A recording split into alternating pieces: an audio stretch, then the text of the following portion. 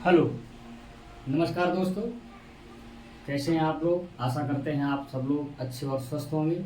आज हम कक्षा 9 का साइंस का पहला अध्याय, जिसका नाम है हमारे आसपास के पदार्थ, आज हम शुरू करने वाले हैं। बहुत से लोगों का इंतज़ार था कि आप वीडियो डालिए, तो आज से हम वीडियो शुरू कर रहे हैं। हमारी ये पहली वीडियो है। आशा करते हैं आप लोगों को अच्छी लगेगी। तो फिर हम आज बात कर रहे हैं पहले टॉपिक की, इस चैप्टर के पहले टॉपिक की, जिसका नाम होगा पदार्थ। जिसका नाम होगा पदार्थ। इस अध्याय में हम पदार्थ के बारे में पढ़ेंगे, पदार्थ का वर्गीकरण पढ़ेंगे और पदार्थ की कितनी अवस्थाएं होती हैं उसके बारे में चर्चा करेंगे।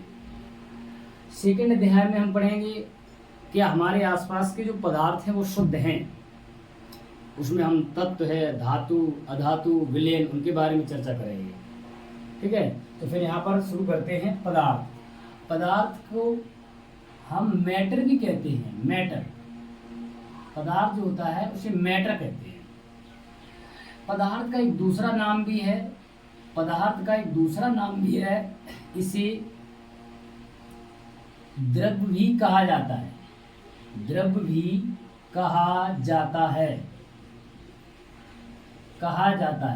बहुत सी जगह पर, बहुत सी बुकों में हमें कहीं भी पदार्थ की जगह पर द्रव्य ही लिखे मिल जाता है, तो हम कंफ्यूज हो जाते हैं कि ये द्रव्य क्या होता है। जबकि एक द्रव्य जो होता है वो पदार्थ की अवस्था होती है। ये द्रव्य जो होता है इसे हम पदार्थ की दूसरी अवस्था कहते हैं। और यहाँ पर जो ये द्रव्य है, इसका मतलब है स्वयं में पदार्थ है।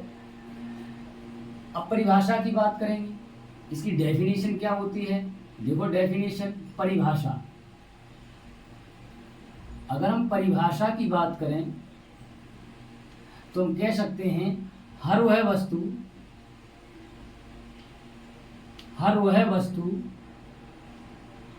जो स्थान घेरती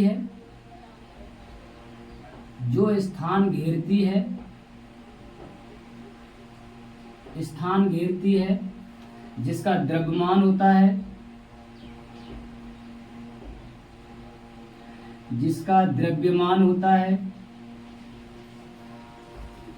द्रव्यमान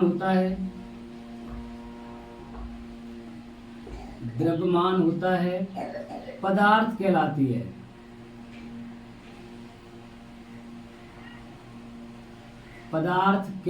है। एक बार फिर समझेंगे। हर वह वस्तु, हम जहाँ पर निवास करते हैं हमारे आसपास बहुत सारी वस्तुएं दिखाई देती हैं। कुछ वस्तुएं ऐसी हैं जिन्हें हम आँख से देख सकते हैं, कुछ वस्तुएं ऐसी हैं जिनका हम केवल अनुमान लगा सकते हैं, या जो हमें दिखाई नहीं देती हैं। जैसे वायु क्या है? अदृश्य है, लेकिन वायु भी अपने आप में एक पदार्थ है, लेकिन वो अदृश्य पदार्थ कहलाएगा। और जो हमें दिखाई देता है वो हमारा सदृश्य पदार्थ कहलाएगा।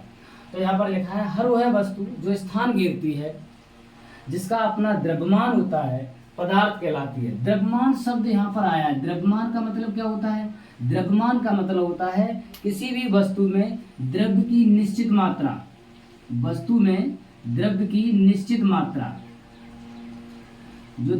निश्चित मात्रा होती है उसको हम कहते हैं द्रव्यमान। अगर प्रदर्शित की बात करें तो द्रव्यमान को प्रदर्शित करते हैं हम एम से प्रदर्शित करते हैं। और द्रव्यमान, किसी भी वस्तु का द्रव्यमान निश्चित होता है, मतलब स्थान बदलने के साथ द्रव्यमान का मान नहीं बदलता है। अब इसकी उदाहरण देखेंगे भाई। उदाहरण क्या है? उदाहरण की बात करें, उदाहरण में जैसे कह सकते हैं हम वायु, हम कह सकते हैं कांच, हम कह सकते हैं मेघ, कह सकते हैं लकड़ी, कह सकते हैं पेड़ पौधे, और हमारे पास जैसे रखा है फोन आदि तमाम वस्तुएं जो हैं वो सारी की सारी पदार्थ कहलाती हैं। एक बार फिर समझेंगे। पदार्थ बोले तो मैटर, इसे द्रव्य भी कहा जाता है।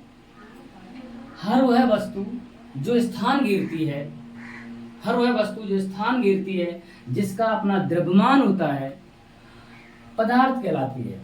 द्रव्यमान बोले तो किसी भी द्रव वस्तु में द्रव्य की जो निश्चित मात्रा होती है उसे हम द्रव्यमान कहते हैं। द्रव्यमान को m से प्रदर्शित करते हैं, m बोले तो मास।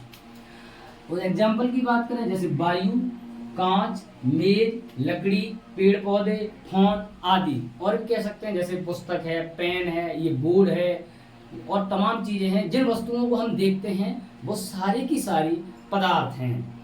अब यहाँ पर जैसे हम बात करेंगे वायु, वायु क्या है? वायु का केवल हम अनुमान लगा सकते हैं, तो इसे हम ये हमें दिखाई नहीं देती है, इसलिए हम इसे अदृश्य, इसे हम अदृश्य पदार्थ कहते हैं। इस पदार्थ का नाम होगा अदृश्य पदार्थ। अब हम बात करेंगे पदार्थ का वर्गीकरण कैसे करेंगे। हम बात करेंगे पदार्थ का वर्गीकरण। पदार्थ का वर्गीकरण कितने प्रकार से हम पदार्थ का वर्गीकरण कर सकते हैं? कितने प्रकार से हम पदार्थ का वर्गीकरण कर सकते हैं? वर्गीकरण की बात करें तो वर्गीकरण हम दो प्रकार से कर सकते हैं। एक हम कर सकते हैं भौतिक गुणधर्म के आधार पर, एक हम जो कर सकते हैं जिसका नाम होगा भौतिक गुणधर्म के आधार पर, भौतिक गुणधर्म के आधार पर। दूसरा हम जो करेंगे वर्गीकरण जिसका नाम होगा रासायनिक गुणधर्म के आधार पर, जिसका नाम होगा रासायनिक गुणधर्म के आधार पर, गुणधर्म के आधार पर। अगर भौतिक गुणधर्म के आधार पर चर्चा करें तो भौतिक गुणधर्म के आधार पर पदार्थों को तीन भागों में बांटा गया है। तीन भाग वो कौन कौन से हैं देखेंगे। पहला भाग है जिसका नाम है ठोस पदार्थ होते हैं। दूसरा नंबर आ जाएगा जिसे हम द्रव पदार्थ कहते हैं। तीसरा नंबर जो आ जाएगा जिसे हम गैसीय पदार्थ के नाम से चर्चा करेंगे। इनके बारे में आगे पढ़ेंगे कि ठोस पदार्थ क्या होता है, द्रव पदार्थ क्या होते हैं और गैस पदार्थ क्या होते हैं। अब हम बात करेंगे रासायनिक गुणधर्म के आधार पर। तो रासायनिक गुणधर्म के आधार पर भी पदार्थों को तीन भागों में डिवाइड किया गया है। कौन कौन से तीन पदार्थ हैं?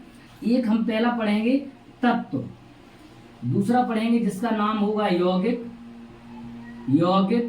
तीसरा जिसका नाम होगा मिश्रण। ये सारे टॉपिक हम सेकंड चैप्टर में कंप्लीट करेंगे। ये सारे जितने भी टॉपिक हैं, तीन टॉपिक हैं, ये हम सेकंड चैप्टर में कंप्लीट करेंगे। जबकि ये तीन टॉपिक हैं भौतिक गुणधर्म के आधार पर, वो टॉपिक हम इसी अध्याय में कंप्लीट करेंगे। एक बार फिर से शुरू से देखेंगे। पदार्थ बोले तो मैटर, इसे द्रव्य भी कहा जाता है। अगर हम परिभाषा की बात करें, हर वह वस्तु, इनके संसार में जो भी वस्तु है, हर वह वस्तु जो स्थान घेरती है, जिसका द्रव्यमान होता है, उसे हम पदार्थ कहते हैं। द्रव्यमान क्या होता है? किसी भी वस्तु में द्रव्य की जो निश्चित मात्रा होती है उसे हम द्रव्यमान कहते हैं। द्रव्यमान को हम m से प्रदर्शित करते हैं। इसके बारे में हम इसी चैप्टर में आगे हम चर्चा करेंगे। एग्जाम्पल की बात करें जैसे वायु है, कांच है, मेज है, लकड़ी है, पेड़ पौधे है, आपका फोन है, आपका पेन है, आपकी कॉपी है, आपकी किताब है, आपका बैग है, आपके आसपास जितनी भी सारी वस्तुएं जो आपको दिखाई दे रही हैं वो सारी की सारी पदार्थ कहलाती हैं। अगर हम पदार्थों का वर्गीकरण करें, तो पदार्थ का वर्गीकरण हम दो प्रकार से कर सकते हैं। पदार्थों का वर्गीकरण हम दो प्रकार से कर सकते हैं, भौतिक गुणधर्म के आधार पर और रासायनिक गुणधर्म के आधार पर। भौतिक गुणधर्म के आधार पर हम करें तो पदार्थ तीन प्रकार के हो सकते हैं, जैसे ठोस, द्रव और गैस। रासायनिक गुणधर्म के आधार पर हम चर्चा करें तो रासायनिक गुणधर्म के आधार पर पदार्थ तीन प्रकार के इसमें भी हो सकते हैं, जैसे तत्व, यौगिक और मिश्रण। इनके बारे में हम सेकंड अध्याय में चर्चा करेंगे, जबकि इसके बारे में हम इसी अध्याय में चर्चा करेंगे। चलिए, नमस्कार, ठीक है।